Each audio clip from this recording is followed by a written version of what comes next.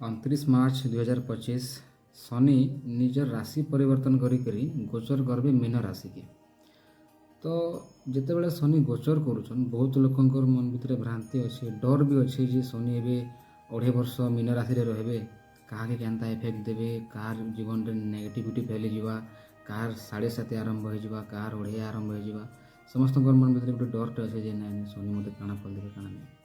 But ଏଇଟା ଗୋଟେ ଭ୍ରାନ୍ତି ଏ, ଏଇଟାକେ ଆମେ ଏତିକି ବି ନେଗେଟିଭ୍ ହିସାବରେ ନାଇଁ ନେବାର କଥା। କାଁ କରି ଯଦି ଶନିଙ୍କର ପୋଜିସନ୍ ଆପଣଙ୍କର ଜାତକରେ ଭଲ ପୋଜିସନ୍ରେ ଅଛି ତ ଶନି କେତେବେଳେ ବି ଆପଣଙ୍କୁ ଦୁଃଖ କଷ୍ଟ ନାଇଁ ଦିଅନ୍।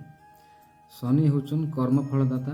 ଆମେ ଯେନ୍ତା କର୍ମ କର୍ମା, ଯେନ୍ତା କର୍ମ କରିଥିମା ସେଇ ହିସାବ ହିଁ ଆମେ ଫଳ ପାଇମା।